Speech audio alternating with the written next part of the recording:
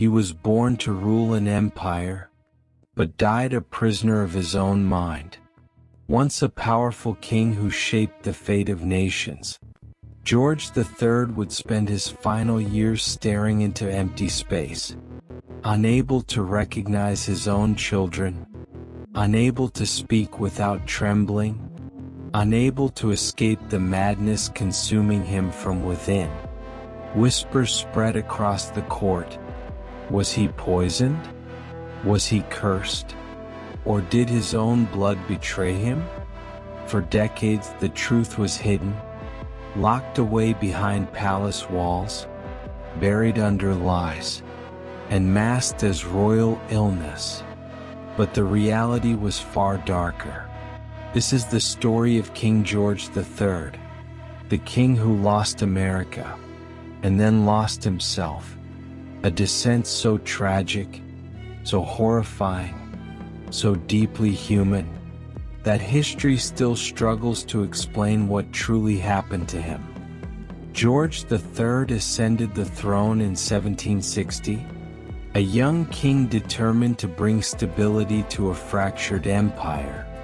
He was disciplined, intelligent, deeply religious, a man who believed in duty above all else. He loved his wife, Queen Charlotte, and together they had 15 children. Their palace was filled with laughter and music, a rare sight in the often cold and distant world of royalty. But beneath this perfect picture, something restless stirred. George carried a darkness he could not name, a softness in his mind that would later become a storm. Physicians noticed subtle signs, moments of agitation, uncontrolled talking, short bursts of irrational fear. But the crown looked away. A king could not be weak. A king could not be broken, until he shattered. The year was 1788. It began with sleepless nights, then tremors in his hands, then pacing through halls for hours, muttering words no one understood.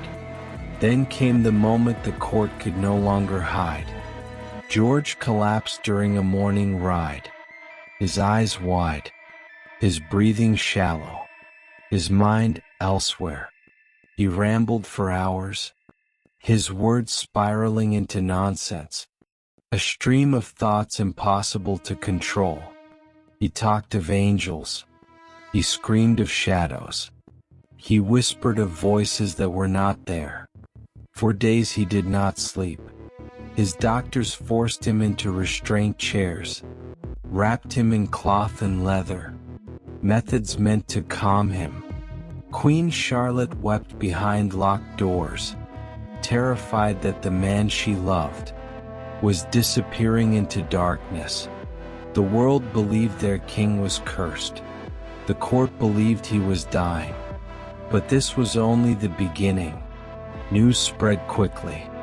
The king has gone mad. But the palace denied everything. They said he was fatigued, recovering from a fever. They lied. George wandered palace corridors, talking to pictures on the walls. He bowed to servants, believing they were foreign monarchs. He screamed at empty corners, as if fighting invisible battles. At times he would laugh uncontrollably. At other moments he wept without reason. And then something even more disturbing happened. He began to forget. First small things, a date, a name, a promise, then the names of his own children, then the face of his wife, and then his own reflection. A king losing his empire was tragic, but a king losing himself was unbearable. Many at court believed George was poisoned. Some blamed political rivals, others blamed foreign agents, and a few whispered of Queen Charlotte herself. But the most chilling theory came from the royal doctors. His urine was dark blue, a sign consistent with toxic metals. Was he slowly poisoned over years? Was someone trying to unseat him? Was the madness engineered? Historians still debate it. His suffering was too severe, too sudden, too violent, to be natural. The whispers grew louder. This is not illness. This is murder, slow and merciless. As years passed, George's madness deepened into a haunting cycle. He spoke to his dead mother for hours.